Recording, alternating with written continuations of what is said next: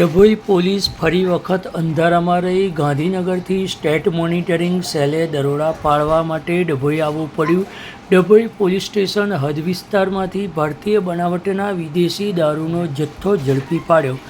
Luxuries કારના ઉપયોગ કરીને ભારતીય બનાવટના વિદેશી દારૂનો વેપલો કરતા ઈસમો સક્રિય બન્યા. ગાંધીના ગુજરાતમાં દારૂની રેલમછેલ. સ્ટેટ મોનિટરિંગ સેલે ડભોઈ નજીક વેગા પાસેથી ભારતીય બનાવટના વિદેશી દારૂનો જથ્થો ભરીને જતી એક લક્ઝરીઝ કારને ઝડપી પાડી હતી, જેમાં લાખો રૂપિયાનો ભારતીય બનાવટના વિદેશી દારૂનો જથ્થો ઝડપી પાડ્યો છે.